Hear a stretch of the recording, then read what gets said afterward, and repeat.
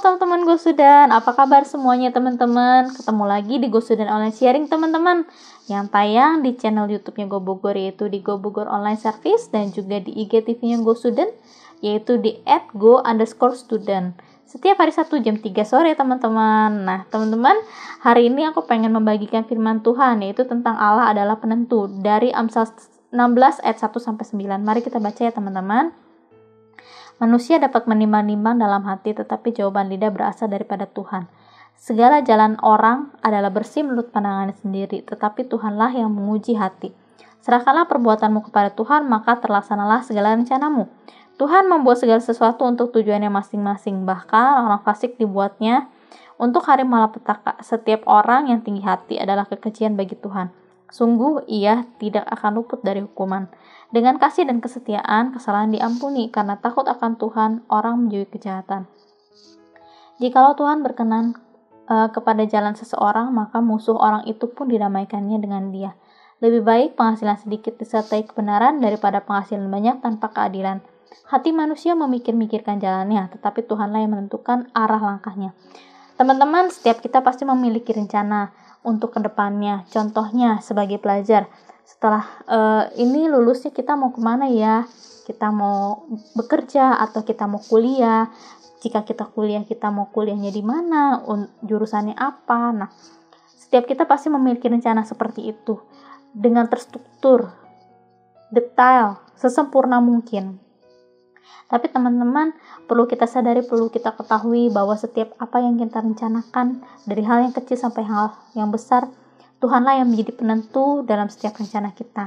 Nah, teman-teman, jika kita menyadari hal tersebut, bahwa Tuhan adalah menjadi penentu dalam setiap rencana kita, maka kita harus memiliki 3 sikap ini teman-teman.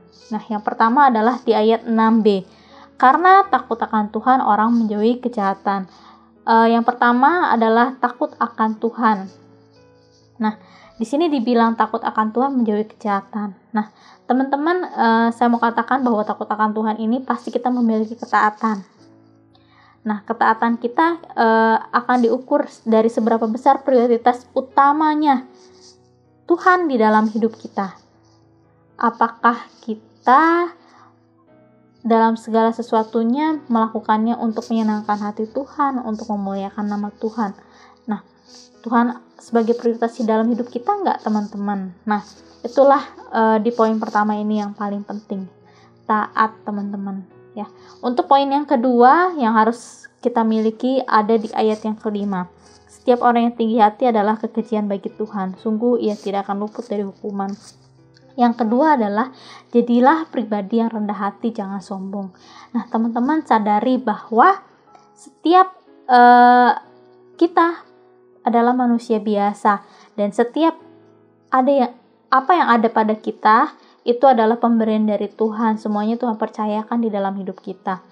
Jadi teman-teman gak perlu sombong, sadari bahwa kita itu cuma sebagai berkat dari Tuhan gitu. Tidak ada yang perlu dibanggakan, tidak ada yang perlu disombongkan di dalam hidup kita ini. Nah, untuk yang ketiga teman-teman, yaitu di ayat yang ketiga, serahkanlah perbuatanmu kepada Tuhan, maka terlaksanalah segala rencanamu. Jadi yang ketiga adalah menyerahkan kehidupan kita kepada Tuhan. Nah teman-teman, serahkanlah setiap rencanamu yang kau susun, dari rancangan yang terkecil sampai rancangan terbesar, dari A sampai Z.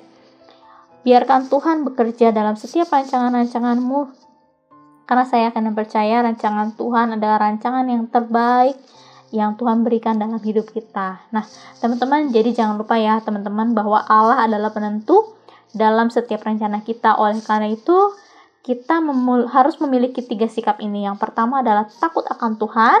Yang kedua adalah jadilah pribadi yang rendah hati, jangan sombong. Dan yang ketiga adalah menyerahkan kehidupan kita kepada Tuhan. Teman-teman, sekian sharing firman Tuhan dari saya.